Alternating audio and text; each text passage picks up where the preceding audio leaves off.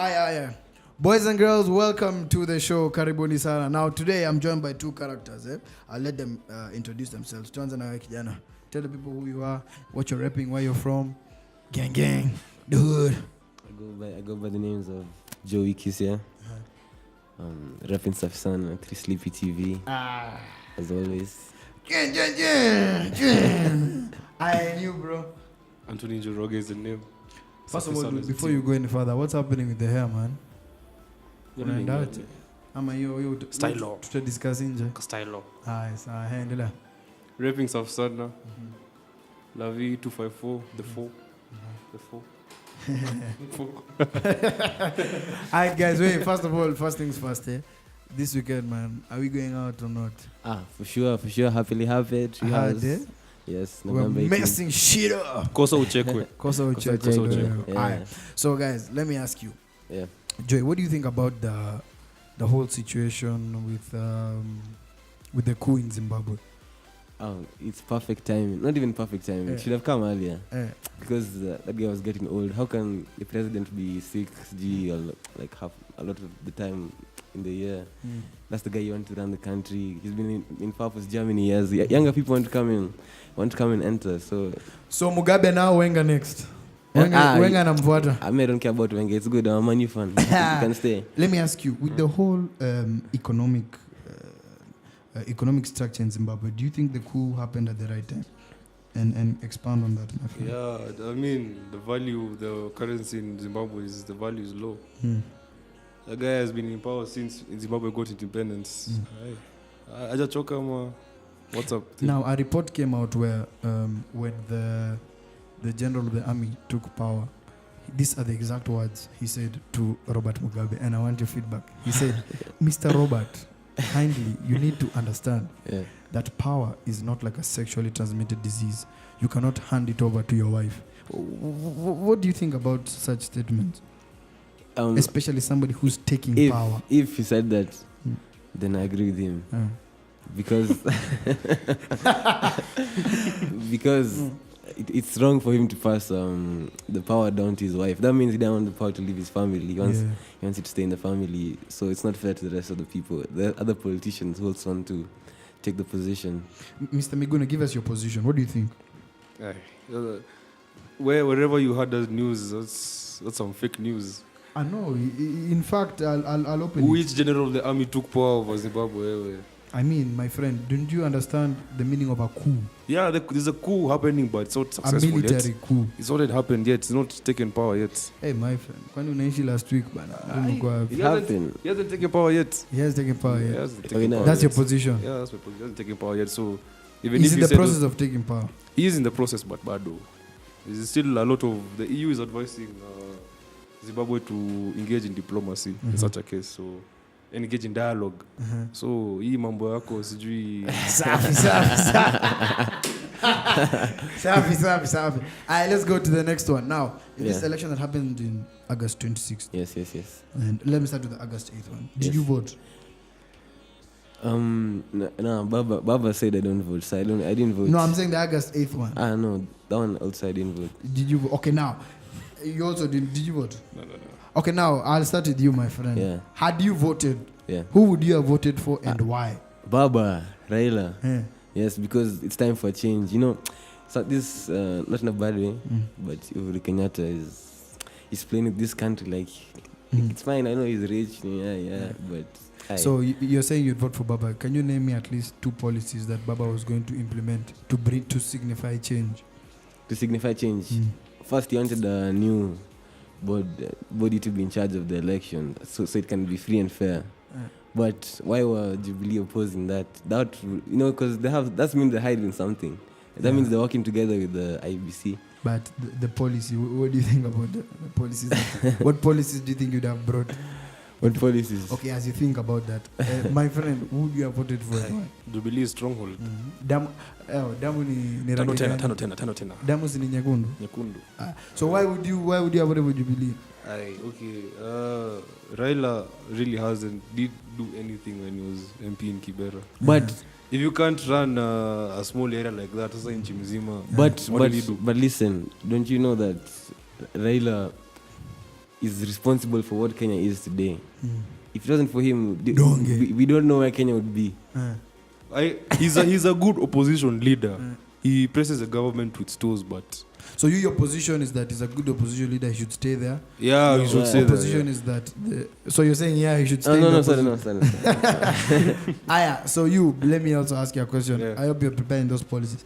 What, in the last 5 years, do you think the Jubilee government has done that is worthy of them being awarded another term? The roads have become better. Roads have been, the infrastructure has grown, the economy of Kenya has grown between the past 5 years. But tourism has grown. It's safer to go out. It's safer to go Going out. Listen. This is SGR which came up. SGR is there, but the roads, I do not agree. And also, it's not safer. It's safer. Okay, yeah, thugs are not there. No, it's not safe. The cops are there. Cops are the ones who are disturbing us. Yeah, so it's not safe in this Jubilee government. So you would have voted. So you would have voted when you say NASA. And then Tano Tena. That's interesting. Okay, before we move to the next one, please just tell me what policies attract you to Baba? What policies? You know, okay, at least name one. Cite one. No, let me tell you, I support Baba. Tell me.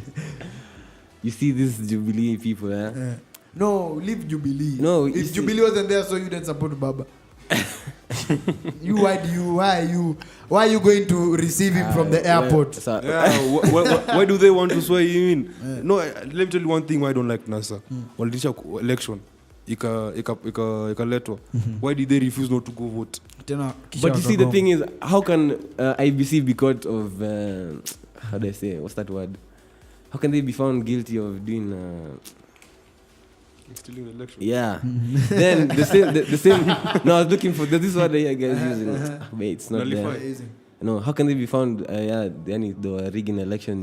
Then the same body is in charge of the elections. NASA want a different body to come in, be in charge of the election, but Jubilee are opposing that. Why is that? That cannot happen. That means these two parties are working together. There's something fishy. There's something.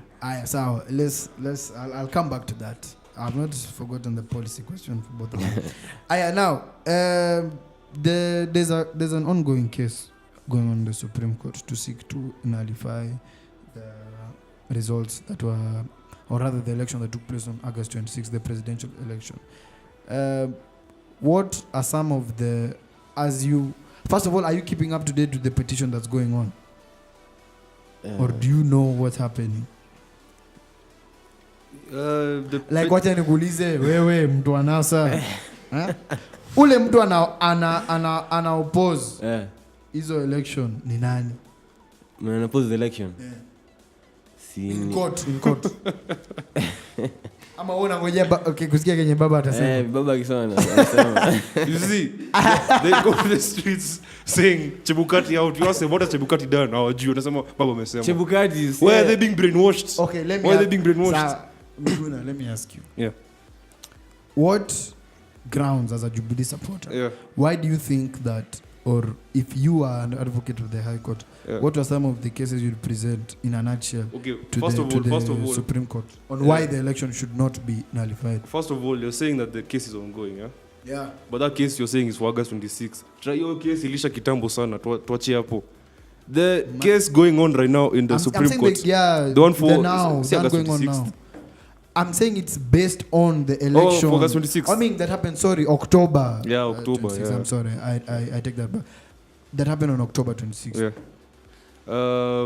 As a Jubilee supporter, my view is mliitisha kura, mkapewa. Ballot, jina zilikuwa kwa ballot, mkakataa kupiga kura. As Jubilee tukapiga kura. No, but my question to you is why can't another body just come in, be in charge of the election? We do this election again. This is very unfair. We cannot be having this every time. Mlisema Isaac nani atoke. Si alitoka. The ile zitu what? Si alitoka, he stepped down. Sasa mnataka Chebukati atoke. Sasa who do you want next? Mtaka gani sasa? We want a different. But ngoja kwanza, let me ask you a question. As young people in this nation, what do you think, I'll start with you, what do you think are going to be some of the implications to us as youth and to the country at large if the election is nullified once more?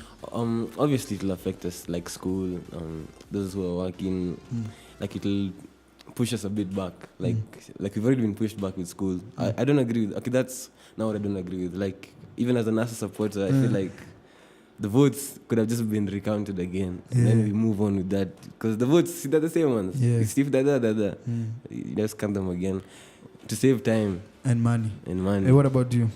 I feel like the NASA people should just face reality and see that this country needs to move on. We can't go to another third election because umetisha kura mkakata kuvuta sasa mataka ingine. Sawa. But it's not reality if we've been robbed as we are watching, you know. That's you cannot back that claim. I'll See, like to cut you off there. You take that to court, you know. Listen, you take that to court. That's what is being If that's what is being done. Okay, now tutaongea education. Let's move on to the next chapter. Now, if you remember very well, there is a push for Vision 2030. Yeah. Now, as young people or as future parents, as future leaders of this society, what is the most attractive plan that seeks to be implemented in 2030 in your view? What are the plans? You said you're familiar with Vision 2030. No, I don't want to give you so that I influence your answer. Or rather, what do you find the most attractive component within Vision 2030? Okay, I'd have to say Kansas City. Because that means that, how do I say? That we'll have another developed city, so people will decentralize Nairobi. Yeah, decentralize Nairobi also. Because Nairobi right now is, everyone wants to come here. Like, guys are working hard, whatever they are, to move to Nairobi. And there's no space here. And even land, all of it has been bought. I'm even wondering where we're gonna live, like in future. Hawezi jenga nyumba valley bana, itabidi uende sio kimao. And what about you?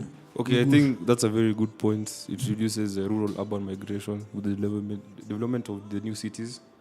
But for you particularly, what is it that you find attractive? I think the transport. I think, first of all, the metro system running across Nairobi, I think it will cut off traffic. It will also make transport available to a wider range of people.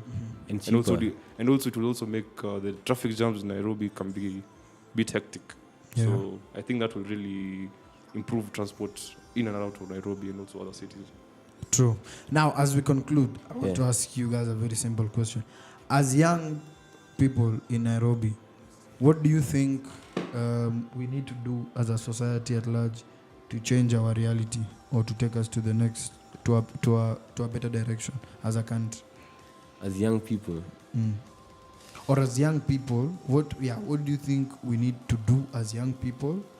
Or rather, what do you think needs to be done so that the country can move forward? I think... What interest do you think as young people, what interest should we have? I think on the government side, they think they need to put more money into, like, how do I say? Instead of like studies only, it should also go to like sports, music, other stuff, so we can see young people develop. Like, it's sad to see like people have so much talent in music and other fields, but if in this country, if you haven't read Mbaka Masters, you're not living. I'm a higher PhD. Yeah, so it's sad to see that, and yet you have the talent. It's clear you have the talent. So you sound like a musician who wasn't signed. What about you? What do you think? I think the most important thing we should do is our generation should move out of this tribalic era. And as we are the future of politics, so we should enter politics in the mindset of no tribalism, and also we should also support each other and stop being depending on foreign aid. We should also depend on ourselves. We should learn financially and we should and we should learn to make our own, like to love our own stuff. Like you know, people like Like, They like foreign shit. Every time foreign. everything is Whip is foreign. Whatever foreign. even the language is foreign when you're born here. I mean, there's a company called Say Mobius. ameenda choo sijui boro Akaingia Brukas. amewa boro Akapik kuzake amezaa Brukas. boro Akapik kuzake Brukas akapata accent. bana. Not even that. You know this company ya Mobius, hiyo wanatengeneza gari. Watu wanasema ati this guy's shit. So, you support your own. Support it. Yeah, if you don't buy it, how will they make money to make something better? Okay, true. Okay, this is the final question. Yeah. Keep it short.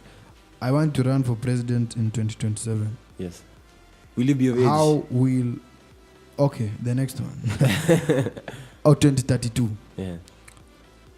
As a candidate, what do I need to do to win your vote in the future? As a candidate. Or what do I need to represent to win your vote? First of all, you need to support the youth. That's the most important thing because that's the future. You need to support the What youth. about if I was to say I'm going to legalize marijuana?